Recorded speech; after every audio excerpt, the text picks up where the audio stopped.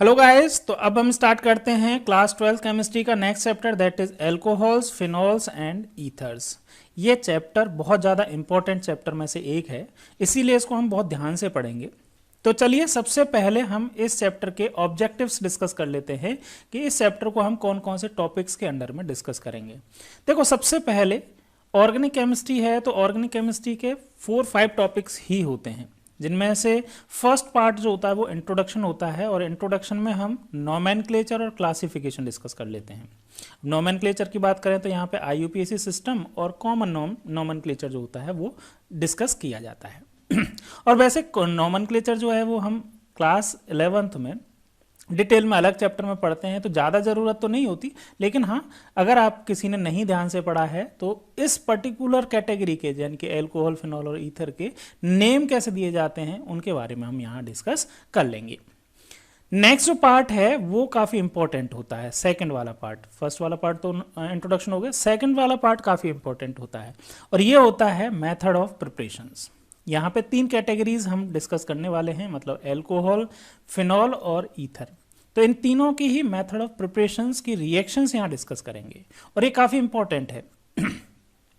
इसके बाद next topic की बात करें तो ये है physical properties, physical properties of alcohol, phenol और ईथर। और लास्ट जो पार्ट होता है 4th नंबर का, ये भी काफ़ी ज़्यादा इंपॉर्टेंट, इनफैक्ट सबसे ज़्यादा इंपॉर्टेंट पार्ट ये ही होता है, chemical reactions of phenol, alcohol and ether. तो बेसिकली यहाँ पे 4 पार्ट्स हैं। सबसे पहले इंट्रोडक्शन वाला पार्ट है जिसमें हम क्लासिफिकेशन और आईयूपीएसी पढ़ेंगे। सेकंड वाला पार्ट जो है वो preparation of method of preparation है। थर्ड फिजिकल प्रॉपर्टी, और फोर्थ जो होगा वो केमिकल रिएक्शंस हैं। यही पैटर्न होता है लगभग सभी ऑर्गेनिक केमिस्ट्री के चैप्टर्स में। हमने इससे पहले जो चैप्टर पढ़ा है haloalkanes and haloarenes, उसमें भी हमने लगभग यही सीक्वेंस फॉलो किया है। तो चलिए स्टार्ट करते हैं अपना चैप्टर।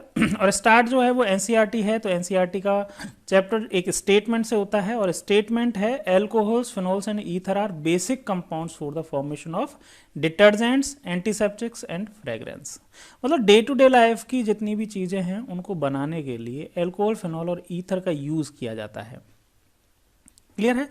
तो इसका मतलब क्या है, ये जो क्लास है एल्कोहल, फिनॉल और ईथर की, ये काफ़ी इंपॉर्टेंट क्लास है डे टू डे लाइफ में, और डे टू डे लाइफ के अलावा इंडस्ट्री पॉइंट ऑफ व्यू से भी ये काफ़ी इंपॉर्टेंट है। अब थोड़ी सी बात कर लेते हैं कि एल्कोहल्स क्या होते हैं, फिनॉल्स क्या होते हैं, इसके बारे में अभी नेक्स्ट पैराग्राफ में भी बात करेंगे। देखो, एल्कोहल जो होता है इसका जर्नल फॉर्मूला ROH होता है, और फिनॉल जो होता है उसको PHOH इस तरह से लिख सकते हैं, या फिर हम बेंजीन रिंग है, बेंजीन रिंग के ऊपर एक OH लगा दें तो इसको भी फिनॉल ही बोला जाता है। बात करें अगर इसके इंपॉर्टेंस की, तो इसकी इंपॉर्टेंस बहुत ज़्यादा है। एक एग्जाम्पल की हेल्प से समझें तो जो ऑर्डिनरी स्प्रिट होती है जिसका यूज वुडन फर्नीचर को पॉलिश करने के लिए किया जाता है, उसका मेन कंस्टिट्यूएंट जो होता है वो एक इथेनॉल होता है, और इथेनॉल का फॉर्मूला तो आप जानते ही हैं C2H5OH। मतलब ये भी OH कंटेनिंग कंपाउंड है, ये भी एक एल्कोहल है, मतलब ये इस कैटेगरी का ही कंपाउंड है। कौन सा? स्प्रिट में जो मेन कंस्टिट्यूएंट है। इसके अलावा शुगर है, या फिर कॉटन है, या पेपर है, इनमें भी मेन कंस्टिट्यूएंट जो होता है वो OH कंटेनिंग कंपाउंड ही होते हैं। इससे आप आइडिया लगा सकते हैं कि ये जो कैटेगरी है वो कितनी ज़्यादा इंपॉर्टेंट है। अगर इस कैटेगरी की अगर आप ऐसे सोचें कि ये कैटेगरी नहीं होती, तो आप ऐसा सोच सकते हैं कि अगर बिना नोटबुक के कैसा होगा, या पेपर के बिना कैसा होगा, या चेक के बिना, करेंसी के बिना, पेपर के बिना, मतलब करेंसी के बिना कैसा होगा। अगर OH कंटेनिंग कंपाउंड, मतलब ये करेंसी भी क्या किससे बनती है? पेपर से बनती है, और पेपर में क्या होता है? OH मतलब हाइड्रोक्सिल कंटेनिंग कंपाउंड्स ही होता है। तो करेंसी नहीं होगी, चेक नहीं होंगे, सर्टिफिकेट्स नहीं होंगे, कुछ नहीं होगा। मतलब अगर क्या नहीं होगा तो OH ग्रुप कंटेनिंग कंपाउंड्स नहीं होंगे। तो क्लियर है? ओके, ये तो नॉर्मल बातें हुई, इसकी इंपॉर्टेंस की बात हुई कि भाई ये जो चैप्टर है यानी कि एल्कोहल, फिनॉल और ईथर वाला जो ग्रुप है, ये कंपाउंड्स बहुत ज़्यादा इंपॉर्टेंट होते हैं हमारे डे टू डे लाइफ में भी, और इंडस्ट्री पॉइंट ऑफ व्यू से भी। अब थोड़ी सी बात करते हैं कि ये होते क्या हैं, एल्कोहल्स कैसे क्या होते हैं, फिनॉल क्या होते हैं, और ईथर क्या होते हैं। ठीक है, देखो एल्कोहल्स की बात करें तो एल्कोहल जो होता है उसमें हाइड्रोक्सिल ग्रुप लगा होता है। किससे ग्रुप लगा होता है जी? देखो, ये आप जानते हैं R का मतलब एल्काइल ग्रुप, R ये इतना जानते ही हैं आप ना, R का मतलब एल्काइल ग्रुप। अब एल्काइल ग्रुप जो होता है 1 कार्बन का होगा तो वो CH3 होगा, 2 कार्बन का है तो वो C2H5 हो जाएगा, 3 कार्बन का है तो C3H7 हो जाएगा, है ना। 1 कार्बन के को मिथाइल, 2 कार्बन के को इथाइल, 3 कार्बन के को प्रोपाइल बोलते हैं। अगर इस एल्काइल ग्रुप के साथ में OH अगर जुड़ा हो, हाइड्रोक्सिल ग्रुप जुड़ा हो कार्बन से, तो उसको हम क्या बोलते हैं, एल्कोहल्स बोलते हैं। क्या बोलते हैं, एल्कोहल्स। अगर ये R की जगह क्या हो, एक एरोमेटिक हाइड्रोकार्बन हो, एरोमेटिक हाइड्रोकार्बन का एग्जाम्पल है बेंजीन, है ना। तो बेंजीन के ऊपर अगर एक बेंजीन के में से एक हाइड्रोजन रिमूव कर दिया जाए और उसकी जगह OH लगा दिया जाए तो इसको बोलते हैं फिनोल। क्या बोलते हैं, फिनोल। देखो बेंजीन का फॉर्मूला होता है C6H6। अब इसमें से आपको क्या करना है, एक हाइड्रोजन रिमूव करना है। ध्यान देना, C6H6 बेंजीन है, इसमें से एक हाइड्रोजन रिमूव करना है, मतलब 6 में से मुझे क्या करना है, 5 करना है। तो मैं क्या करूँ, 5 करने के लिए C5, तो ये हो गया फिनाइल। इस स्ट्रक्चर को ऐसे भी लिख सकते हैं C6H5 और इसमें OH लगा दिया, तो फिनोल का फॉर्मूला C6H5OH ऐसे भी बोल सकते हैं। बात करते हैं अगर किसकी, ईथर की। तो ईथर में क्या होगा, देखो ये एल्कोहल हो गया, ये फिनोल हो गया। अब एल्कोहल इस तरह से मैंने लिख दिया एल्कोहल, ठीक है। एल्कोहल का H जो है ना, H को अगर किसी एल्काइल ग्रुप से रिप्लेस कर दिया जाए, किसको, H को, ये वाला H जो है, इसको रिप्लेस कैसे कर दिया जाए, किसी R- से कर दिया जाए, मतलब किसी एल्काइल से ही रिप्लेस कर दिया जाए, तो ये क्या बन जाएगा, ये होगा आपका ईथर। क्या होगा, ईथर। या फिनोल की बात कर लें, भाई फिनोल है ये वाला, है ना, ये फिनोल है, और इस फिनोल में से इस OH में से एक H जो है, इसका रिप्लेसमेंट किसी R से, R- की जगह क्या हो सकता है, फिनाइल रेडिकल भी हो सकता है, या फिर कोई एल्काइल रेडिकल। तो ये भी क्या है, आपकी ईथर ही कहलाती हैं। कहने का मतलब सिंपल सा 2 लाइनें याद समझ लीजिए। एल्कोहल और फिनोल में OH फंक्शनल ग्रुप होता है, OH ग्रुप होता है किसमें, एल्कोहल हो या फिर फिनोल हो, दोनों में ही क्या होगा, OH होगा। जबकि ईथर में ऑक्सीजन जो होगा वो डबल बॉन्डेड होगा, मतलब ऑक्सीजन जो होगा दोनों ही वैलेंसीज पे क्या लगे होंगी, कार्बन अटैच होगा। जबकि एल्कोहल फिनोल में एक ऑक्सीजन की एक वैलेंसी से ही कार्बन जुड़ा होता है, जबकि ईथर की दोनों ही वैलेंसीज के ऊपर क्या जुड़ा होता है, यस, कार्बन जुड़ा होता है। तो ये बेसिक सा आइडिया हो गया कि भाई एल्कोहल्स क्या होते हैं, फिनोल क्या होता है, ईथर क्या होता है। ये आपको आते हैं, है ना, तो ध्यान से समझते रहे, ज़्यादा बोर ना हो, है ना, ध्यान से समझते रहें। आगे काफ़ी इंपॉर्टेंट वाला पार्ट भी हम अभी डिस्कस करने वाले हैं। चलिए जी, आगे बात करते हैं। आगे इसके बारे में हमने बात कर ली कि भाई इस तरह से फिनोल और ईथर बन जाते हैं। अब इसमें सबसे पहला जो पार्ट है वो है इंट्रोडक्शन वाला पार्ट, और इंट्रोडक्शन में सबसे पहले क्लासिफिकेशन। अब क्लासिफिकेशन किस तरह से करते हैं, देखो क्लासिफिकेशन करने के लिए जैसा हमने हेलो एल्केन्स और हेलो एरीन वाले चैप्टर में डिस्कस किया था ना, कि भाई क्लासिफिकेशन हम कई तरह से कर सकते हैं। तो सबसे पहला क्लासिफिकेशन जो है वो नंबर ऑफ OH ग्रुप के अकॉर्डिंग है। नंबर ऑफ OH ग्रुप का मतलब क्या है कि अगर किसी कंपाउंड में सिर्फ एक OH है, OH फंक्शनल ग्रुप है, ऐसे एल्कोहल्स या फिनोल्स जिनमें सिर्फ एक OH है, तो उनको बोलेंगे हम मोनो, क्योंकि 1 को क्या बोलते हैं, मोनो, और OH को बोलते हैं हाइड्रिक। तो ऐसे कंपाउंड्स को बोल देंगे मोनोहाइड्रिक। 2 OH हैं तो उनको बोल देते हैं डाईहाइड्रिक। डाई मतलब 2 और हाइड्रिक का मतलब OH। अगर 3 OH हैं किसी कंपाउंड में तो उसको बोल देंगे ट्राईहाइड्रिक। Okay, trihydric. 4 हैं, 4 OH हैं तो उसको हम क्या बोल देंगे, टेट्राहाइड्रिक। ठीक है, 5 हैं तो पेंटाहाइड्रिक। इस तरह से बोल सकते हैं। एक चीज और समझना कि 1 को तो मोनो बोलते हैं, सिंगल। अगर मोर देन 1 है तो इन सभी को, डाई ट्राई टेट्राहाइड्रिक को पॉलीहाइड्रिक भी बोल सकते हैं। मोर देन 1 को पॉली, एक कॉमन वर्ड बोल सकते हैं, पॉलीहाइड्रिक भी इनको बोला जा सकता है। ठीक है, ओके। तो आप एग्जाम्पल ले लेते हैं, कई सारे एग्जाम्पल हैं यहाँ पे, एग्जाम्पल समझ लो क्या क्या एग्जाम्पल है। जैसे सबसे पहला एग्जाम्पल जो है वो ये है, कौन सा, कि C2H5OH, इसमें OH जो है सिर्फ एक है तो ये मोनोहाइड्रिक है। इसी तरह से अगर ये OH जो है वो अगर एरोमेटिक सिस्टम में लगा हुआ है लेकिन नंबर एक ही है तो इसको भी क्या बोलेंगे हम, मोनोहाइड्रिक एल्कोहल्स बोलेंगे। दूसरा एग्जांपल की बात करें, दूसरा एग्जांपल सपोज 2 OH हैं, एक OH 2H, किसी कंपाउंड में 2 OH हैं, या वो एरोमेटिक सिस्टम से भी जुड़े हो सकते हैं इस तरह से, एक OH और 2 H, तो इन दोनों को भी हम क्या बोलेंगे, डाइहाइड्रिक। मतलब कोई भी कंपाउंड जिसमें 2 OH यानी कि 2 हाइड्रोक्सिल ग्रुप हैं तो उनको डाइहाइड्रिक बोलेंगे। सिमिलरली अगर 3 OH हैं, 1, 2 और 3, तो ये पूरा का पूरा कंपाउंड जो होगा वो कैसा कहलाएगा, ट्राइहाइड्रिक। चाहे वो एरोमेटिक सिस्टम में भी हो सकते हैं, जैसे 1 2 3 OH हैं, तो इस पूरे कंपाउंड को हम क्या बोलेंगे, ट्राइहाइड्रिक एल्कोहल बोलेंगे। क्लियर है? तो मोनोहाइड्रिक, डाइहाइड्रिक, ट्राइहाइड्रिक, अगर 4 होते तो टेट्राहाइड्रिक हो जाता, उसमें कोई दिक्कत नहीं है।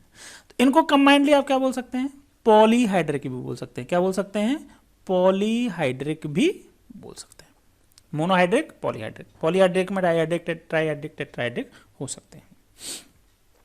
आगे बात करते हैं कि मोनोहाइड्रिक जो कंपाउंड है या मोनोहाइड्रिक एल्कोहल्स जो हैं, इनको फर्दर क्लासिफाई किया जा सकता है on the basis of hybridisation of carbon atom to which hydroxyl group is attached. क्या बोला मैंने कि ये OH ग्रुप जो है ना, ये OH ग्रुप जिस कार्बन से जुड़ा हुआ है, उस कार्बन के हाइब्रिडाइजेशन के बेसिस पे मोनोहाइड्रिक एल्कोहल्स को फर्दर क्लासिफाई किया जा सकता है। तो करते हैं क्लासिफिकेशन। देखो कौन कौन सा क्लासिफिकेशन है।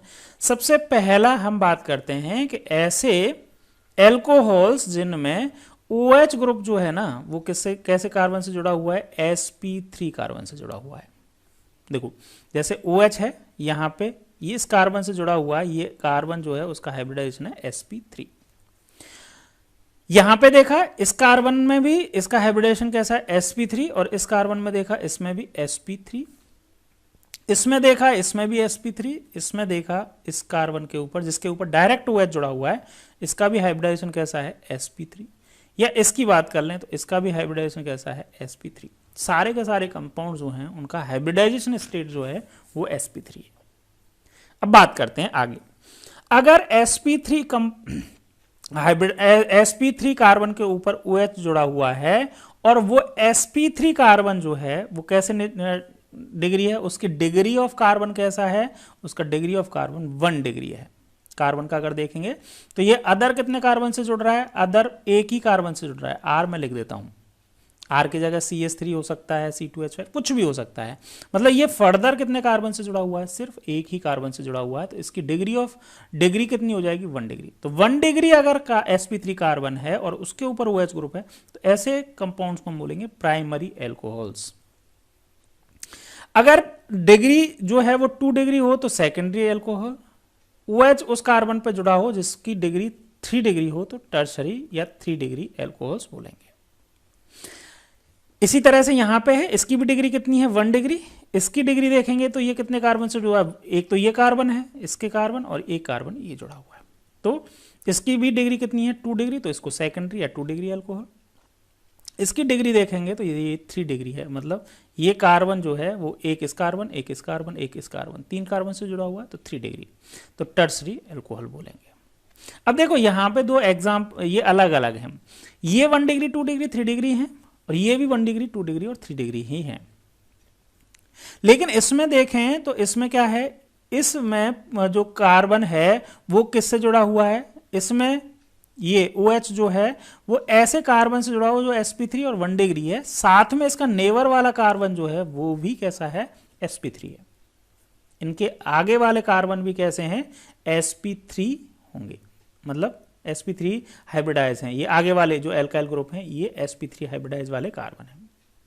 लेकिन अगर अगर अगर अगर क्या है कि इस कार्बन के नेक्स्ट वाला ये sp3 है और 1 डिग्री है, तो प्राइमरी तो हो गया, लेकिन 1 डिग्री के ये जिस OH जिस कार्बन पर जुड़ा हुआ है उससे नेक्स्ट वाला कार्बन जो है वो कैसा हो, sp2 यानी कि डबल बॉन्डेड कार्बन हो, तो इस सिस्टम को हम क्या बोलते हैं, एलाइलिक एल्कोहल्स।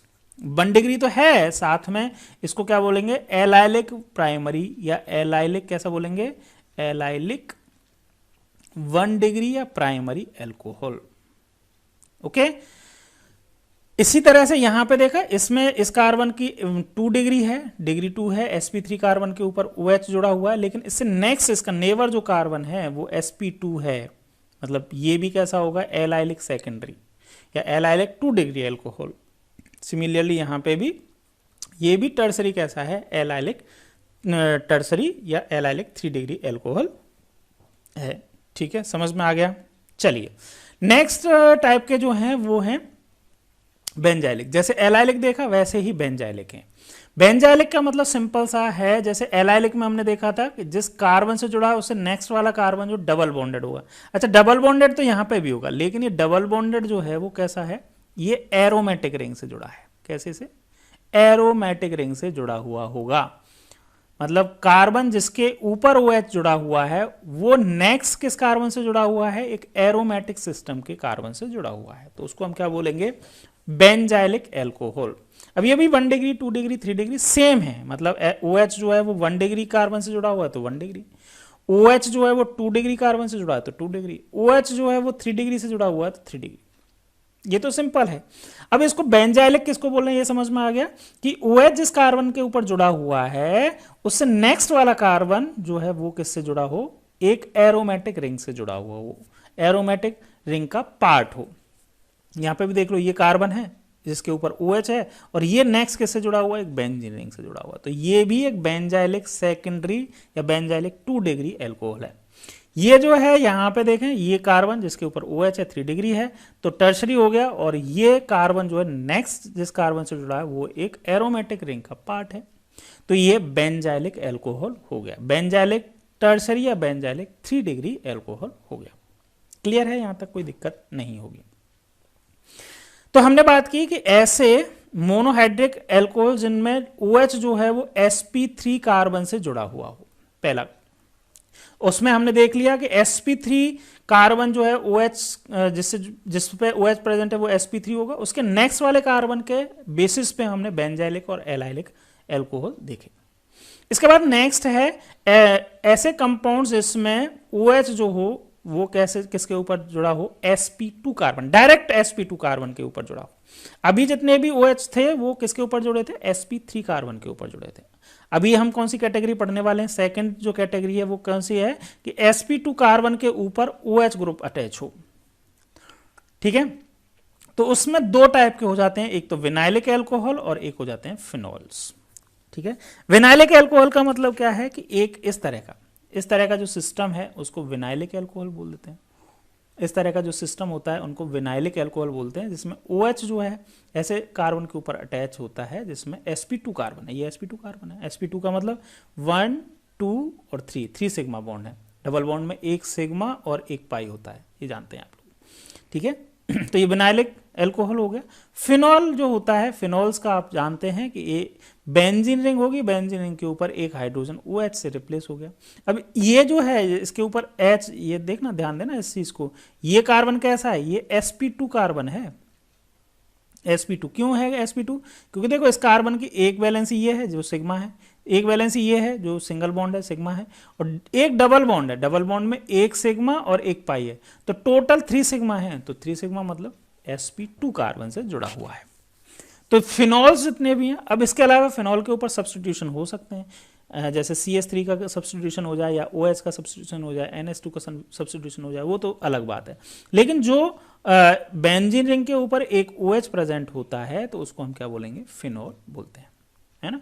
बेंजीन रिंग का जिस कार्बन के ऊपर अटैच होता है OH वो sp2 कार्बन होगा। तो सेकंड कैटेगरी हमने देख ली कि OH जो है वो sp2 कार्बन के ऊपर जुड़ा हुआ हो, तो विनाइलिक और फिनॉल इसके दो कैटेगरीज हो गए। तो सिंपल सा आप अभी क्लासिफिकेशन समझ में आ गया, क्लासिफिकेशन ये है। तो हमने अल्कोहल और फिनॉल की बात कर ली क्लासिफिकेशन में। अब हम बात करते हैं ईथर्स के क्लासिफिकेशन की। तो ईथर का क्लासिफिकेशन काफी सिंपल है। कैसा सिंपल है जी, देखो दो तरह के क्लासिफिकेशन होंगे। देखो ऑक्सीजन जो है, ये ऑक्सीजन और ऑक्सीजन के दोनों साइड में क्या होंगे, एल्काइल ग्रुप। अगर दोनों साइड में सेम टाइप के एल्काइल हैं, जैसे फॉर एग्जांपल R की जगह यहां पे भी CH3 है और यहां पे भी CH3 है, या R की जगह यहां पे भी फिनाइल है और यहां पे भी फिनाइल है, तो इस तरह की ईथर्स को बोलते हैं सिमेट्रिकल ईथर या सिंपल ईथर। ठीक है, दूसरे टाइप की क्या होती हैं कि इसमें से एक जो है, जैसे ऑक्सीजन है, ऑक्सीजन के एक साइड में दूसरे टाइप का लगा हुआ है एल्काइल ग्रुप और एक साइड में अलग टाइप का, जैसे एक साइड में CH3 लगा है और दूसरे टाइप में C2H5 लग गया, तो इस तरह की, या फिर एक साइड में क्या है, CH3 है, दूसरी साइड में फिनाइल लग गया। तो इस तरह की जो ईथर होती हैं उनको क्या बोलते हैं, मिक्स्ड या अनसिमेट्रिकल ईथर बोलते हैं। एग्जाम्पल यहाँ पे दे रखा है डाई इथाइल ईथर, जिसमें देखो ऑक्सीजन तो ये है, अब ऑक्सीजन के दोनों साइड में C2H5 दोनों सेम है ग्रुप, तो इसको सिमेट्रिकल बोलेंगे। अगर एक साइड में C2H5 है और दूसरी साइड में CH3 है तो इसको क्या बोलेंगे, अनसिमेट्रिकल। या एक साइड में C2H5 है और एक साइड में फिनाइल है, C6H5 है, तो इसको भी अनसिमेट्रिकल बोलेंगे। तो ईथर्स जो हैं वो टू टाइप्स की हो गई, सिमेट्रिकल और अनसिमेट्रिकल। क्लियर है? तो ये हमने बात कर ली क्लासिफिकेशन की, ठीक है।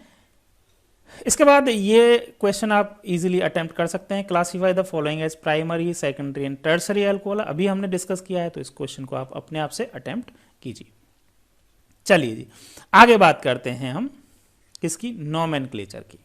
तो नोमेनक्लेचर की अगर बात करें तो नोमेनक्लेचर जो है उसको एल्कोहल्स का नोमेनक्लेचर और उसके बाद हम फिनॉल और ईथर्स का नोमेनक्लेचर बात करेंगे। देखो नोमेनक्लेचर में थोड़ी सी चीजें मैं आपको बता दूं। कॉमन नोमेनक्लेचर हम दो तरह से डिस्कस करेंगे। फर्स्ट जो होगा वो कॉमन नेम सिस्टम होगा, कॉमन नेम, और दूसरा जो होगा वो IUPAC सिस्टम होगा। तो कॉमन नेम में कैसे लिखते हैं, एल्काइल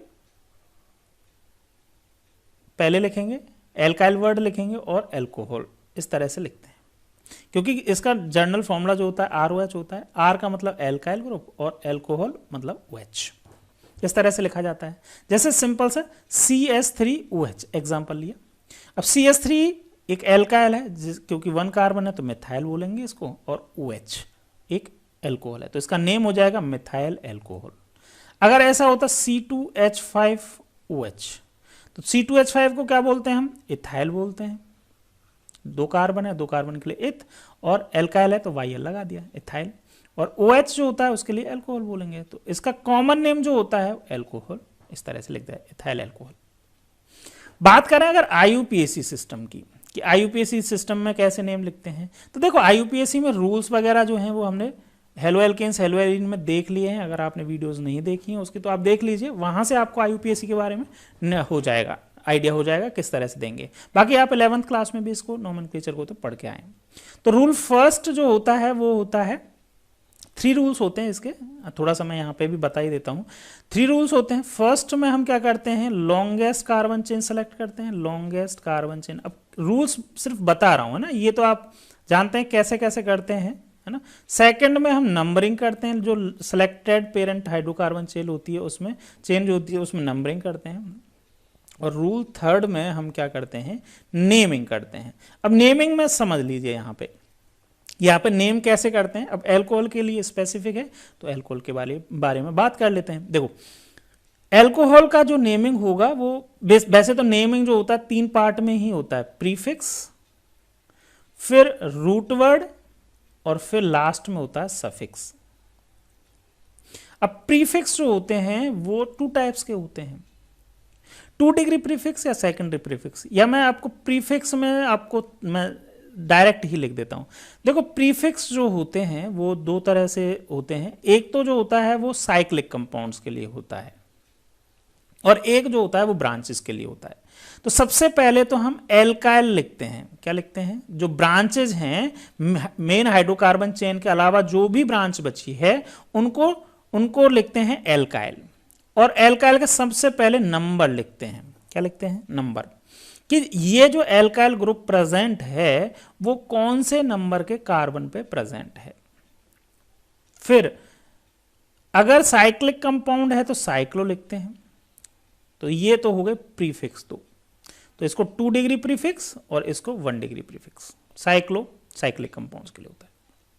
फिर रूट वर्ड लिखा जाता है, और रूट वर्ड क्या लिखा जाता है, एल्क लिखा जाता है। एल्क लिखते हैं। एल्क का मतलब नंबर ऑफ कार्बन बताता है। 1 कार्बन है तो मिथ, पेरेंट हाइड्रोकार्बन चेन में जितने भी नंबर ऑफ कार्बन है। 2 कार्बन है पेरेंट हाइड्रोकार्बन चेन में तो इथ, प्रोप, ब्यूट, आप ये जानते हैं।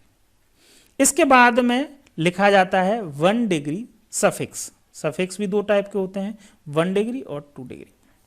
1 डिग्री सफिक्स जो होता है वो किससे लिखते हैं हम, एन, इन और आइन, ये जो होते हैं सफिक्स होते हैं 1 डिग्री सफिक्स होते हैं। एन कब लिखेंगे? जब पेरेंट हाइड्रोकार्बन में सारे के सारे सिंगल बॉन्ड हो कार्बन कार्बन के बीच में। इन कब लिखेंगे? जब पेरेंट हाइड्रोकार्बन चेन में डबल बॉन्ड हो। इन लिखने के लिए आपको नंबर लिखना होता है, मतलब जिस नंबर के कार्बन चेन पे कार्बन पे इन डबल बॉन्ड है उस कार्बन का नंबर लिखेंगे फिर इन लिखेंगे। इसी तरह से आयन लिखने के लिए पहले कार्बन का नंबर लिखेंगे फिर आयन लिखेंगे। तो मैं यहाँ पे सिंपल सा लिख देता हूँ, यहाँ पे 1 डिग्री सफिक्स लिखेंगे, 1 डिग्री सफिक्स एन लिखेंगे या इन लिखेंगे या फिर आयन लिखेंगे, ठीक है। और लास्ट में एल्कोहल्स की ही बात कर रहे हैं तो लास्ट में 2 डिग्री सफिक्स जो होता है, 2 डिग्री सफिक्स क्या लिखेंगे हम? OL लिखते हैं, OL। OL, अब OL जो होता है, ध्यान देना इस चीज को, OL लिखना है हमें, है ना।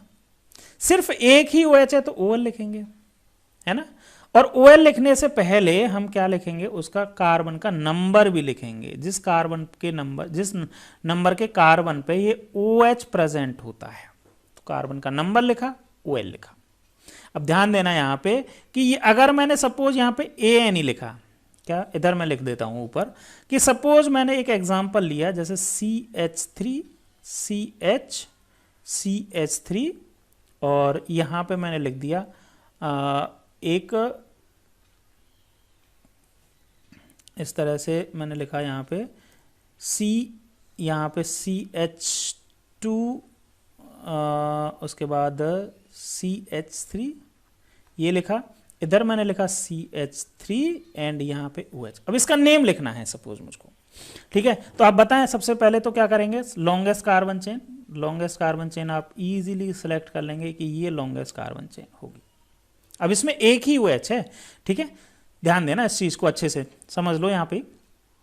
तो ये लॉन्गेस्ट कार्बन चेन हो गई। अब हमें करनी है नंबरिंग, तो नंबरिंग करने के लिए कहाँ से कर देंगे? यहाँ से नंबरिंग कर देंगे 1 2 3 और 4, ये नंबरिंग हो गई। अब नेम लिखना है, तो देखो सबसे पहले नेम का जो मैं आपको यहाँ पे बता रहा था वही है। सबसे पहले हमें क्या करना है? नंबर ऑफ, जिस नंबर के कार्बन पे एल्काइल ग्रुप प्रेजेंट है। देखो इसमें ब्रांच कौन सी बची? ये वाली ब्रांच बच गई। और ये कौन से नंबर के कार्बन पे जुड़ी हुई है? सेकंड नंबर कार्बन पे जुड़ी हुई है।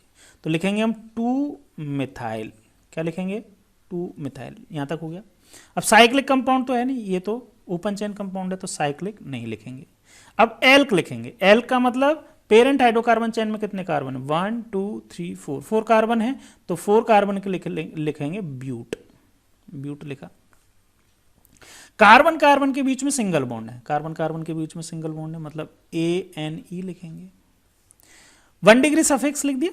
अब लास्ट में लिखेंगे नंबर ऑफ कार्बन जिस पे OH प्रेजेंट है। कौन से नंबर के कार्बन पे प्रेजेंट है OH? सेकंड नंबर के कार्बन पे, तो 2 और OL। अब ध्यान देना यहाँ पे एक चीज कि यहाँ पे ये O, कौन सा O?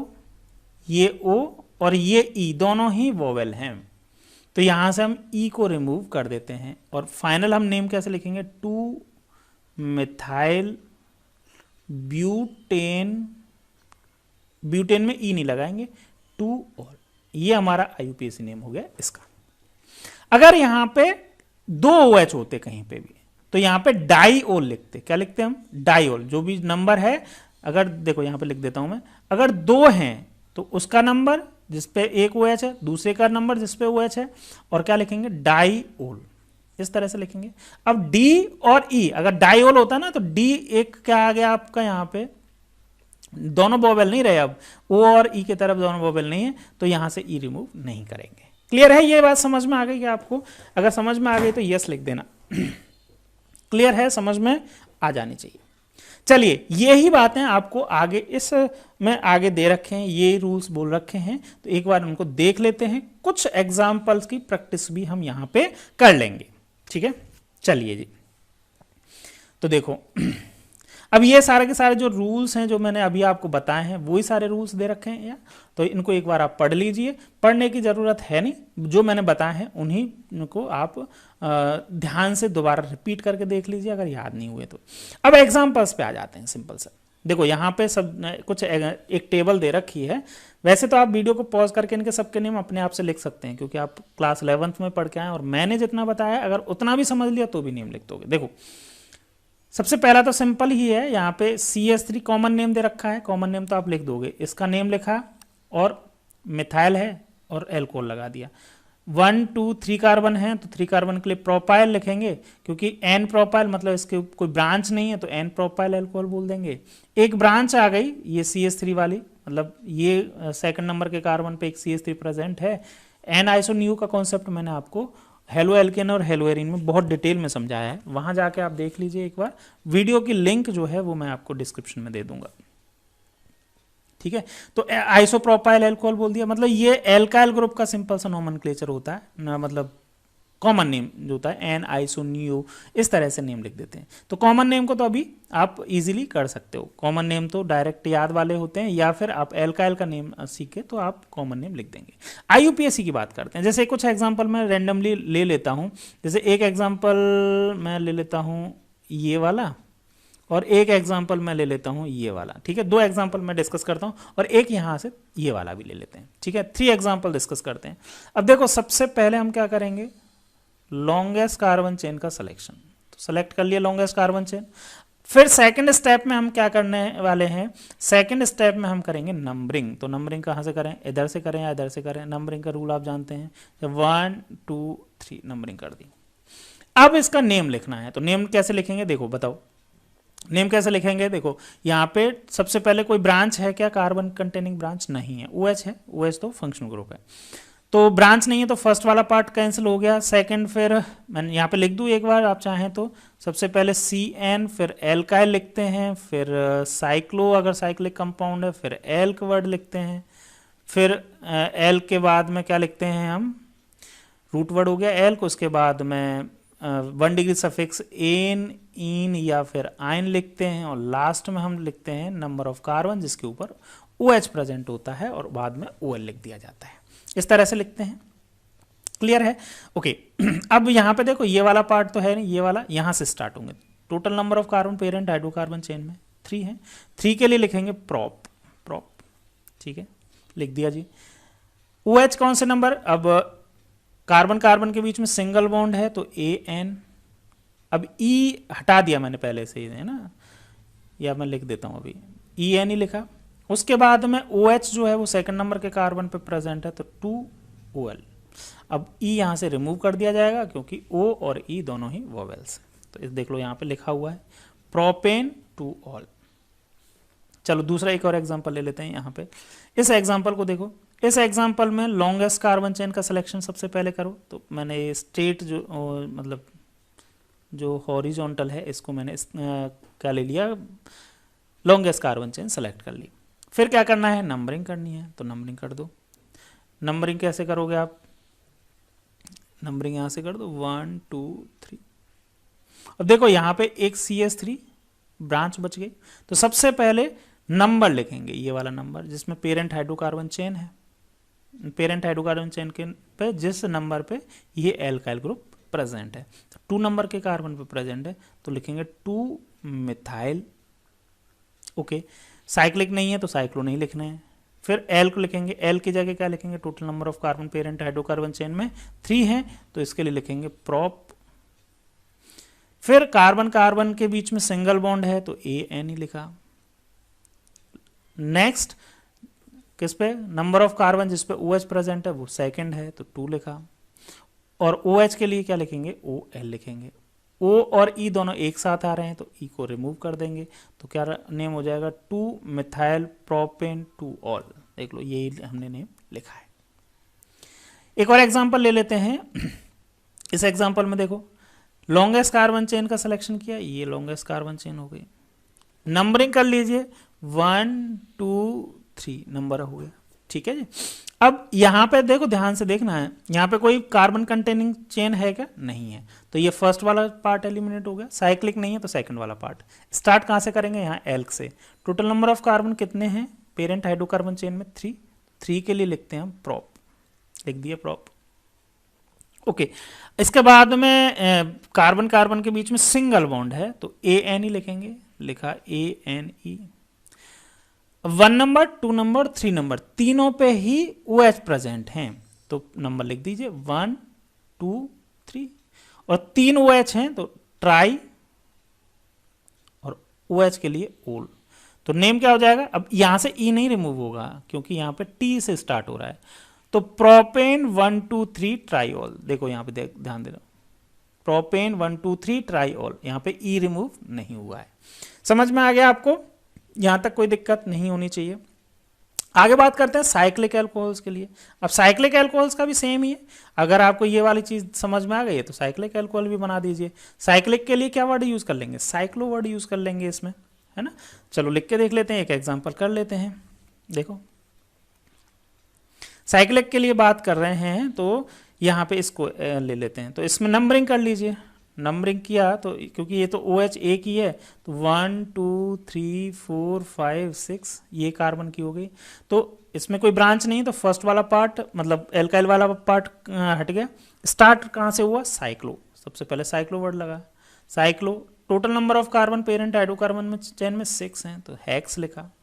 कार्बन कार्बन के बीच में सिंगल बॉन्ड है तो AN लिखा, और OL लिख दिया। इसको ऐसे भी लिख सकते हो आप, क्या, साइक्लो हेक्स एन, ई हटा दिया क्योंकि 1 ओल भी लिख सकते हो, या फिर 1 नंबर पे ही रहेगा क्योंकि एक ही OH है, किसी भी जगह पे हो तो वो 1 पोजीशन पे रहेगा, तो आप डायरेक्ट OL भी लिख सकते हो, 1 को भी रिमूव कर सकते हैं। लेकिन अगर इस तरह से आ जाए, एक सब्स्टिट्यूएंट लग जाए और OH साइक्लिक रिंग पे प्रेजेंट हो, तो कैसे लिखेंगे, देखो नंबरिंग करें सबसे पहले, तो 1 2 3 4 5 नंबर हो गए। अब इसमें पेरेंट हाइड्रोकार्बन चेन के अलावा ये एक क्या है, ब्रांच है, और ब्रांच कौन से नंबर का कार्बन पे जुड़ी हुई है, 2 नंबर पे, तो लिखेंगे हम 2 मिथाइल, एक कार्बन की ब्रांच है 2 मिथाइल। फिर उसके बाद नेक्स्ट 1 डिग्री जो प्रीफिक्स है वो क्या होगा, साइक्लो, तो cyclo. Total number of carbon कितने हैं पेरेंट हाइड्रोकार्बन चेन में, 5, तो पेंट, पेंट लिख दिया। कार्बन कार्बन के बीच में सिंगल बॉन्ड है तो ANE लिख दिया, और 1 नंबर के कार्बन पे OH है तो OL 1O लिख दिया। E यहां से रिमूव कर देंगे, O और E को एक साथ नहीं लिखना है, तो 2 मिथाइल साइक्लोपेंटेन 1O लिख दो, या फिर सिर्फ 1 पोजीशन पे OH ही रहना है तो 1 डायरेक्ट इस तरह से भी लिख सकते हैं, 2 मिथाइल साइक्लोपेंटेनोल। क्लियर है, ये समझ में आ गया। तो इस तरह से हम एल्कोहल्स का नोमेनक्लेचर कर सकते हैं इजीली। आपको जो मैंने आपको अभी जस्ट पहले जो फॉर्मेट बताया है, प्रीफिक्स क्या होता है, प्रीफिक्स, रूट वर्ड और सफिक्स, यही होते हैं। प्रीफिक्स 2 होते हैं, 2 डिग्री प्रीफिक्स और 1 डिग्री प्रीफिक्स, ये भी 2 होते हैं, 1 डिग्री सफिक्स और 2 डिग्री सफिक्स। 2 डिग्री प्रीफिक्स जो होते हैं वो ब्रांचेस से आते हैं, मतलब एल्काइल से आते हैं, और 1 डिग्री जो होता है वो साइक्लिक कंपाउंड्स के लिए होता है, साइक्लो। रूट वर्ड आप जानते ही हैं। 1 डिग्री सफिक्स जो होता है वो पेरेंट हाइड्रोकार्बन चेन में कार्बन कार्बन के बीच में बॉन्ड को बताता है, मतलब एल्केन, मतलब एन, ईन या फिर आयन को लिखते हैं, ठीक है, बाई एन ई, ठीक है। और 2 डिग्री सफिक्स जो होता है वो किससे लिखा जाता है, फंक्शनल ग्रुप से लिखा जाता है। तो ये समझ में आ गया आपको। चलिए जी, नेक्स्ट अब हम बात करते हैं फिनोल्स की, है ना। फिनोल्स के नोमेनक्लेचर की बात करें तो फिनोल्स के नोमेनक्लेचर की बात करें तो फिनोल जो होता है simplest hydroxy derivative of benzene. Benzene आप जानते ही हैं, बेंजीन इस तरह से हम बनाते हैं हेक्सागन, और इसमें अल्टरनेट पोजीशन पे डबल बॉन्ड होते हैं, या फिर आप इसको किस तरह से बना सकते हो, इस तरह से भी बना सकते हो, या फिर C6H6, ये सारी की सारी स्ट्रक्चर्स बेंजीन्स की हैं। अगर इनमें से एक हाइड्रोजन जो है वो रिप्लेस हो जाए, किससे, एक हाइड्रोजन रिप्लेस हो जाए OH से, तो बन जाता है फिनोल, ठीक है। अब ये जो है इसका अगर नेम लिखना चाहें तो हाइड्रोक्सी बेंजीन बोल सकते हैं, लेकिन IUPAC ने फिनोल वर्ड को ही क्या कर लिया है, एडॉप्ट कर लिया है, मतलब IUPAC में भी एक्सेप्ट कर लिया गया है फिनोल वर्ड को ही। तो ये जो स्ट्रक्चर जो होती है, ये कोई सी भी स्ट्रक्चर आपको बोला जाए तो IUPAC में और कॉमन नेम दोनों ही इसका नाम क्या है, फिनोल है। दोनों में ही किसका नेम है, फिनोल, दोनों में ही ये ही होता है। क्लियर है। अब फिनोल में कोई सब्स्टिट्यूएंट लग जाए, कैसे लग जाए सब्स्टिट्यूएंट, ये देखो आगे। अगर फिनोल है, ये तो फिनोल मैंने बात अभी बताई थी, फिनोल इस तरह से लिख सकते हैं, या C6H5OH इस तरह से भी लिख सकते हो इसको। अगर इसके क्या लग जाए, सब्स्टिट्यूएंट लग जाए, जैसे OH यहाँ पे और इसके नेबर पे अगर एक CH3 लग जाए, तो नेवर वाली पोजीशन जो होती है, ये वाली पोजीशन या OH की ये वाली नेवर वाली पोजीशन, इनको ऑर्थो पोजीशन बोला जाता है। इसके नेक्स्ट वाली पोजीशंस जो होती हैं, मतलब नेवर से नेक्स्ट वाला कार्बन, ये वाला कार्बन या फिर ये वाला कार्बन, इनको मेटा पोजीशन बोलते हैं। क्या बोलते हैं? Meta position. और OH के जस्ट अपोजिट वाली जो होती है, मतलब जिस पे फंक्शनल ग्रुप लगा है और उसके जस्ट अपोजिट होगी, वो पैरा वाली पोजीशन होगी। तो CH3 अगर लगता है OH फिनॉल के ऊपर, अगर एक CH3 हो और ये 1-2 पोजीशन पे हो, मतलब नेवर वाले पे, यहाँ पे हो या यहाँ पे हो, तो उसको बोलेंगे ऑर्थो क्रीसोल। क्रीसोल तो इसका नेम हो जाता है, कॉमन नेम। ऑर्थो पोजीशन पे तो ऑर्थो क्रीसोल। अगर ये मेटा पोजीशन पे, मतलब मेटा मतलब इसके OH जहां पे है उसके नेक्स्ट एक कार्बन छोड़ के नेक्स्ट वाले कार्बन पे है, एक ये OH है, OH के नेक्स्ट एक कार्बन छोड़ा, उसके नेक्स्ट कार्बन पे CH3 लगा हुआ है, तो इसको क्या बोलेंगे हम? मेटा क्रीसोल। इसी तरह से 1-4 पोजीशन हुआ, मतलब 1 नंबर पे ये OH है, 2, 3, 4 नंबर पे एक सब्सटीट्यूएंट लगा है, और सब्सटीट्यूएंट अगर CH3 है तो उसको क्रीसोल वर्ड बोलेंगे, और अगर 1-4 पोजीशन है तो उसको पैरा पोजीशन बोलते हैं। क्लियर? IUPAC नेम है, तो IUPAC नेम तो बहुत सिंपल हो जाता है। कैसे सिंपल हो जाता है? देखो IUPAC नेम की अगर मैं बात करूं तो IUPAC नेम में क्या करना होगा? सिंपल सा नंबरिंग करनी होगी। नंबर 1 यहाँ पे है, नंबर 2 यहाँ पे। अब इस पूरे के पूरे को तो हम क्या बोलते हैं? फिनोल बोलते हैं। सब्स्टिट्यूएंट क्या है? यहाँ पे एक मिथाइल है, तो 2 नंबर पे एक मिथाइल है, तो 2 मिथाइल फिनोल बोल देंगे। अगर यहाँ पे बात करें तो 1, 2, 3 नंबर पे मिथाइल है, तो 3 मिथाइल फिनोल बोल देंगे। यहाँ पे देखें तो 1, 2, 3, 4 नंबर पे मिथाइल है, तो यहाँ पे 4 मिथाइल फिनोल नेम हो जाता है। क्लियर है? अच्छा, मिथाइल की जगह सब्स्टिट्यूशन जो है वो OH से ही हो जाए। किससे हो जाए? OH से। तो किस तरह से नेम करेंगे? देखो, अब OH दोनों सेम ही है, तो कहीं से भी आप नंबर कर दें। अगर नेवर नेवर हैं तो इसको हम क्या बोल देते हैं? कैटेकोल। इसका कॉमन नेम जो होता है वो कैटेकोल होता है। अगर ये मेटा पोजीशन पर 2 OH जुड़े हों तो इसको बोलते हैं रिसोर्सिनोल, और अगर पैरा पोजीशन पर 2 OH जुड़े होते हैं तो इसको बोलते हैं हाइड्रोक्यूनोन या फिर क्यूनोल। ये नेम काफ़ी ज़्यादा यूजफुल हैं, है ना। डायरेक्ट आपसे पूछ ले जाते हैं तो इनको याद रखें, है ना। OH जो है वो ऑर्थो पोजीशन पे है तो कैटेकोल। OH जो है वो अगर मेटा पोजीशन पे लगे हुए हैं 2 तो उसको रिसोर्सिनोल, और अगर OH जो हैं वो अगर पैरा पोजीशन पे हैं तो उनको क्यूनोल या फिर हाइड्रोक्यूनोन बोलते हैं। नेम अगर देना चाहें तो ये तो बेंजीन हो गया। अब OH में से देखो किसी एक को तो हम रेफरेंस नहीं, मतलब इसको तो नहीं बोल सकते ना, एक को फिनॉल बोल दें, तो फिर हमें क्या करना होता है? बेंजीन को बेस रिंग मानते हैं, मतलब पेरेंट हाइड्रोकार्बन चेन मानते हैं, और OH को क्या करते हैं? इनको एज ए सफिक्स लिखते हैं इनका। तो देखो सफिक्स लिखेंगे तो 1, 2 इस तरह से लिख दें, या यहां से 1, 2 कैसे लिख कर दो, कोई फर्क नहीं पड़ता। तो बेंजीन है, तो बेंजीन के 1 और 2 नंबर पोजीशन पे 2 OH लगे हुए हैं, तो नेम क्या हो जाएगा इनका? IUPAC benzene 1,2 diol. यहां पे देखें 1, 2, 3 1, 3 पोजीशन पे 2 OH हैं, तो बेंजीन 1,3 डाइऑल लिख देंगे। इसी तरह से 1 और 4 पोजीशन पे 2 OH हैं, तो बेंजीन 1,4 डाइऑल इनका नेम हो जाएगा। क्लियर है? सिंपल है, ज्यादा कुछ डिफिकल्ट नहीं है ये। तो ये हमने फिनॉल के नेम के बारे में बात कर ली। अब हम बात करते हैं ईथर्स के नोमेनक्लेचर का। अब ईथर का नोमेनक्लेचर कैसे करते हैं? कॉमन नेम सिस्टम के अकॉर्डिंग एल्काइल या एराइल ग्रुप जो होता है उनको सेपरेट सेपरेट लिख देते हैं। ठीक है, सेपरेट सेपरेट लिख देते हैं। अगर सिमेट्रिकल हैं तो डाई लगा के लिख देते हैं, अगर अनसिमेट्रिकल हैं तो दोनों को अलग अलग लिख देते हैं। जैसे ये एग्जांपल हो, CH3 दोनों ही सिमेट्रिकल हैं और बीच में वो है, तो एक CH3 2 CH3 हैं, तो 2 CH3 हैं तो इनको बोलेंगे डाई मिथाइल, और लास्ट में O के लिए लिख देते हैं ईथर। अगर सिमेट्रिकल हैं, इसी तरह से इसका भी, ये भी C2H5 तो डाई इथाइल ईथर। लेकिन अनसिमेट्रिकल हैं, एक में CH3 एक साइड में और एक साइड में ये 3 कार्बन है, तो इसका नेम क्या लिखेंगे हम? इनका अलग अलग नेम लिख देंगे। ये तो मिथाइल है और ये नॉर्मल प्रोपाइल है, एन प्रोपाइल। ठीक है, एन आइसो प्रोपाइल होते हैं, तो ये नॉर्मल प्रोपाइल है, तो इनको अल्फाबेटिकली लिख देंगे। तो मिथाइल, नॉर्मल प्रोपाइल, ईथर। इसमें अगर देखें यहाँ पे ये फिनाइल है, ये CH3 है, तो इसको क्या लिखेंगे? Methyl phenyl ether. इस तरह से नेम इनका। कॉमन नेम तो सिंपल है कि जो जो एल्काइल है उनका नेम लिख दिया जाता है और लास्ट में ईथर वर्ड लिख दिया जाता है। ठीक है, जैसे एल्कोहल में एल्काइल लिखते हैं और लास्ट में एल्कोहल लिख देते हैं। सेम यहाँ पे भी इसी तरह से जो जो एल्काइल है उनका नेम लिखेंगे और लास्ट में ईथर लिख देंगे। आईयूपीएसी नेम के लिए अगर बात करें तो आईयूपीएसी नेम में इनका कैसे होता है, आईयूपीएसी नेम में मिथॉक्सी मतलब इसमें एक को पेरेंट हाइड्रोकार्बन चेन मानते हैं जिसमें ज्यादा नंबर में कार्बन हो। मतलब जैसे अगर इसकी बात करें तो इसमें तो दोनों सेम ही है, तो इसमें एक वाले एक चेन को तो हम क्या मानेंगे, पेरेंट हाइड्रोकार्बन चेन मानेंगे। जैसे इसको मैंने पेरेंट हाइड्रोकार्बन चेन मान लिया एक को, तो ये सब्स्टिट्यूएंट हो गया, ये सब्स्टिट्यूएंट ऑक्सीजन और मिथाइल, तो इसको बोलेंगे मिथॉक्सी और ये होगी मीथेन, तो इसका नेम हो जाएगा मिथॉक्सी मीथेन।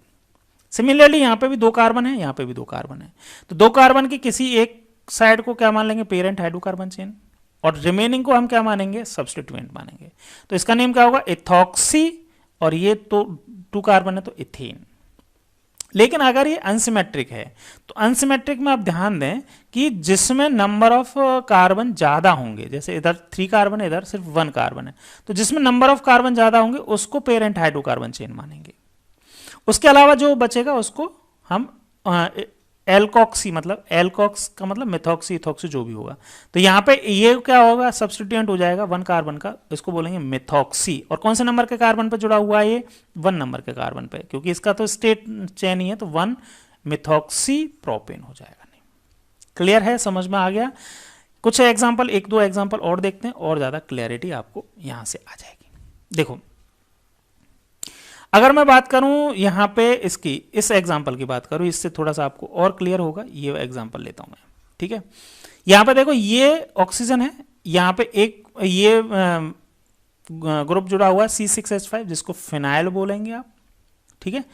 और ये जो है इसमें देखें आप, ये जो है ये एक दूसरा रिंग है, ठीक है, मतलब दूसरा एल्काइल ग्रुप है जिसमें 1 2 3 4 5 कार्बन है, और इधर देखें तो 6 कार्बन है। तो पेरेंट हाइड्रोकार्बन चेन किसको मानेंगे, इसको मानेंगे। इसको हम कैसे लिखेंगे, इसका नेम लिखने के लिए हमें क्या लिखना पड़ेगा, देखो इसमें अगर सिंपल 1 2 3 कार्बन होते तो डायरेक्ट ही लिख देते मिथॉक्सी या इथेक्सी, लेकिन इसमें भी ब्रांच है, तो इसके लिए हमें क्या करना होगा, देखो सबसे पहले हमें इस कार्बन चेन को सेलेक्ट करना पड़ेगा, इसमें लॉन्गेस्ट कार्बन चेन, और इसमें देखना होगा 1 2 3 नंबर पे एक मिथाइल है, तो लिखेंगे 3 मिथाइल, और टोटल नंबर ऑफ कार्बन कितने हैं पेरेंट हाइड्रोकार्बन चेन में, 4, तो ब्यूटॉक्सी। तो ये तो नेम यहां तक किसका लिखा हमने, ये लिखा हमने जो सब्स्टिट्यूएंट है इसका लिखा, और C6H5 है ना, तो इसका ऐसा माना कि C6H5 जो है फिनाइल रेडिकल है, लेकिन ये इसका पेरेंट हाइड्रोकार्बन चेन क्या होगी, बेंजीन, तो इसको हमने बेंजीन लिखा। क्लियर है, समझ में आ गया। इस तरह से हम इनका नेम लिख सकते हैं। अच्छा यहां पे एक और देख लीजिए, अगर इस तरह से हो, इस तरह से जिसमें 2 ऑक्सीजन जुड़े हुए हों, तो इनको हम कैसे लिखेंगे, 1 2 डाई मिथॉक्सी इथेन। अब देखो यहां पे देखना, ध्यान देना, यहां पे ये पेरेंट हाइड्रोकार्बन चेन ये होगी, इसमें एक मिथॉक्सी ये और एक मिथॉक्सी ये, तो 1 2 ये पेरेंट हाइड्रोकार्बन चेन, तो 1 2 दो क्या है, मिथॉक्सी है, तो 1 2 डाई मिथॉक्सी, और पेरेंट हाइड्रोकार्बन चेन में 2 कार्बन है, तो इथेन। इस तरह से हम नेम लिख सकते हैं। अब हम बात करते हैं नेक्स्ट टॉपिक का, और इसका जिसका नेम है स्ट्रक्चर ऑफ फंक्शनल ग्रुप, ठीक है। फंक्शनल ग्रुप जो है उसके स्ट्रक्चर की बात करें कि किस तरह का स्ट्रक्चर है। एल्कोहल जो होते हैं उसमें OH फंक्शनल ग्रुप होता है, ये हम देख चुके हैं। Attached to carbon by a sigma bond formed by overlapping of sp3 hybridized orbital of carbon with sp3 hybridized orbital of sp2। अब देखना यहां पे समझना इसको कि ये जो सिग्मा बॉन्ड बन रहा है, ये ऑक्सीजन जो है और कार्बन, इसके बीच में जो बॉन्ड फॉर्म हो रहा है, ये कैसे कैसे फॉर्म हो रहा है, इसका हाइब्रिडाइजेशन अगर देखेंगे ऑक्सीजन का, तो देखो ऑक्सीजन के पास 1 2 तो सिग्मा बॉन्ड है और 2 ही लॉन पेयर है, तो इसका भी हाइब्रिडाइजेशन sp3 है, sp3, और इसका भी हाइब्रिडाइजेशन sp3 है, तो sp3 हाइब्रिडाइजेशन से कार्बन और ऑक्सीजन के बीच में सिग्मा बॉन्ड फॉर्म हो रहा है। इसी तरह से यहाँ पे अगर देखें तो यहाँ पे क्या है, ये तो sp3 हाइब्रिडाइज है और ये कार्बन जो है वहाँ sp2 हाइब्रिडाइज्ड है। इसी तरह ईथर में भी जो दोनों तरफ हैं वहाँ पे sp3 sp2 hybridise, sp3 sp2 hybridise, ये sp3 है, ये sp3 है, यहाँ पे sp3 हाइब्रिडाइजेशन है, यहाँ है जो है वो sp2 और sp3 हाइब्रिडाइजेशन है। sp3 हाइब्रिडाइजेशन ऑक्सीजन का है, sp2 हाइब्रिडाइजेशन कार्बन का है। लेकिन इसमें मतलब एल्कोहल्स में और ईथर में जो हाइब्रिडाइजेशन जो होता है वो कार्बन का भी sp3 होता है और ऑक्सीजन का भी हाइब्रिडाइजेशन sp3 ही होता है, ठीक है। जबकि फिनॉल में कार्बन का हाइब्रिडाइजेशन sp2 होता है, ऑक्सीजन का हाइब्रिडाइजेशन sp3 होता है। क्या समझ में नहीं आया क्या? देखो बस इतना सा समझ लीजिए, इसको मैं चलो हटा देता हूं पूरे को, एक बार दोबारा समझ लीजिए इसको। यहाँ पे ये ऑक्सीजन है ना, ऑक्सीजन, इसका तो हाइब्रिडाइजेशन sp3 है। कैसे है मैंने अभी बताया, 2 सिग्मा 2 लोन पेयर। और ये कार्बन है तो इसका भी कार्बन का हाइब्रिडाइजेशन sp3 है। तो जब ये बॉन्ड फॉर्म होगा ना, ये वाला बॉन्ड, तो वो sp3 और sp3 हाइब्रिडाइजेशन से होगा।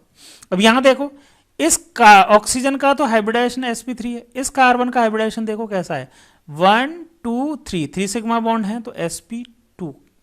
तो यहाँ पे जो ये वाला बॉन्ड फॉर्म होगा कार्बन और ऑक्सीजन के, वो sp2 हाइब्रिडाइजेशन तो कार्बन का होगा और sp3 हाइब्रिडाइजेशन ऑक्सीजन।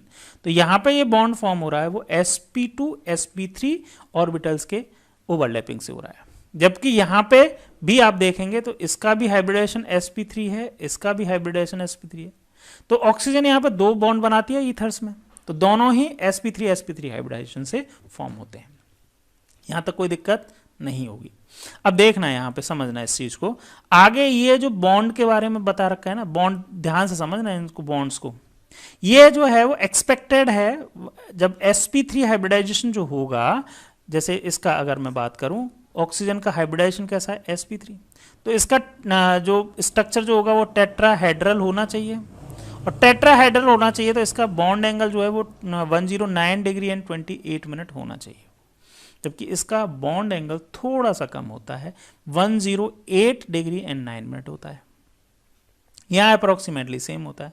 उसका रीजन क्या है, यहाँ पे रीजन हम आगे वाले पैराग्राफ में पढ़ने वाले हैं। यहाँ पे भी देखो, यहाँ पे भी बॉन्ड एंगल थोड़ा सा ज़्यादा हो जाता है। ज़्यादा क्यों हो जाता है, उसका भी रीजन है, ये दोनों साइड में बल्की ग्रुप्स हैं, ठीक है। तो यहाँ पे बॉन्ड लेंथ जो है, बॉन्ड लेंथ कार्बन की, कार्बन और ऑक्सीजन की, कार्बन और ऑक्सीजन और हाइड्रोजन की, वो यहाँ पे कार्बन और ऑक्सीजन की बॉन्ड लेंथ देखो, ध्यान देना यहाँ पे, मैं इसको हटा देता हूँ, ध्यान देना यहाँ पे कि जो कार्बन और ऑक्सीजन की बॉन्ड लेंथ यहाँ 142 नैनोमीटर पिकोमीटर है, यहाँ पे कार्बन और ऑक्सीजन की बॉन्ड लेंथ जो है 136 पिकोमीटर, मतलब कम हो गई।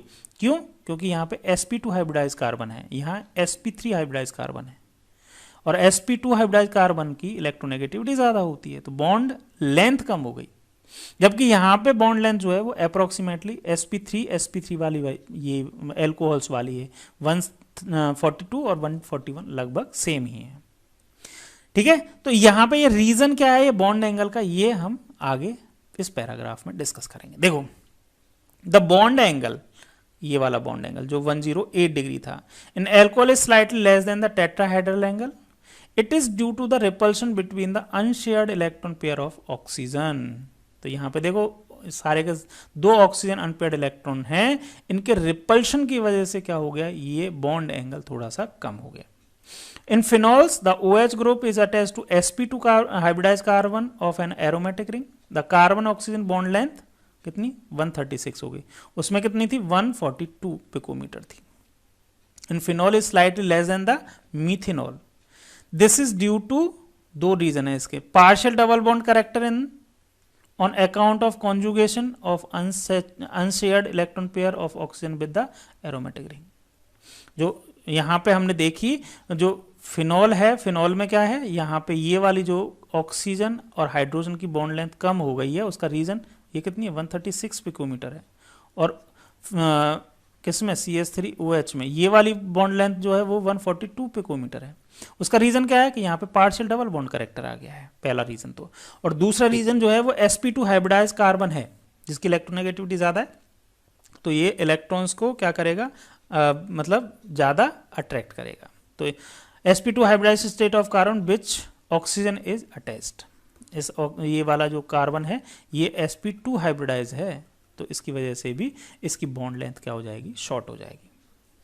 ईथर्स की बात करें तो ethers the 4 electron pair that is 2 bond pairs and 2 lone pairs of electron on oxygen are attached approximately in the tetrahedral arrangement. The bond angle is slightly greater than the tetrahedral angle due to, वहां पे कितना हो गया bond angle, ये वाला bond angle यहाँ पे तो 109 डिग्री 28 मिनट से थोड़ा सा कम हुआ, 108 डिग्री करीब हो गया, जबकि ईथर्स में जो है बॉन्ड एंगल थोड़ा सा बढ़ गया, ये 111 डिग्री के आसपास हो गया। उसका रीजन क्या है, 111 होने का रीजन क्या है कि 2 बल्की ग्रुप जुड़े हुए हैं, यहाँ पे ये बल्की ग्रुप, ये भी बल्की ग्रुप, ये बल्की ग्रुप जुड़े होने की वजह से इन दोनों के बीच में रिपल्शन हुआ, थोड़ा सा बॉन्ड एंगल इंक्रीज हो गया।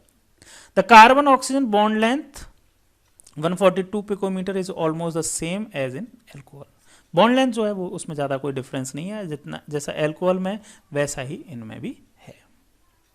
क्लियर है? तो ये आज के लेक्चर में हमने बेसिक इंट्रोडक्शन वाला पार्ट हमने डिस्कस कर लिया है। ये छोटी छोटी सी बातें हमने डिस्कस कर ली हैं कि भाई कितना इसका बॉन्ड एंगल है, कितना इसका बॉन्ड लेंथ है, तो ये सारी चीज़ें हमने डिस्कस कर ली हैं, और मेनली क्लासिफिकेशन और नॉमेनक्लेचर हमने डिस्कस कर लिया है। आने वाले नेक्स्ट लेक्चर में हम इंपॉर्टेंट पार्ट डिस्कस करने वाले हैं, दैट इज एल्कोहल्स, फिनॉल और ईथर की प्रिपरेशन मेथड, कि हम किस तरह से एल्कोहल्स को प्रिपेयर कर सकते हैं, फिनॉल को या फिर ईथर को किस किस तरह से प्रिपेयर कर सकते हैं। ये काफ़ी इंपॉर्टेंट लेक्चर है, आने वाला लेक्चर काफ़ी इंपॉर्टेंट है। अभी आपको यहाँ पे बेसिक नॉलेज हो गई होगी एल्कोहल, फिनॉल और ईथर्स की। चलिए फिर मिलते हैं नेक्स्ट लेक्चर में। Thank you.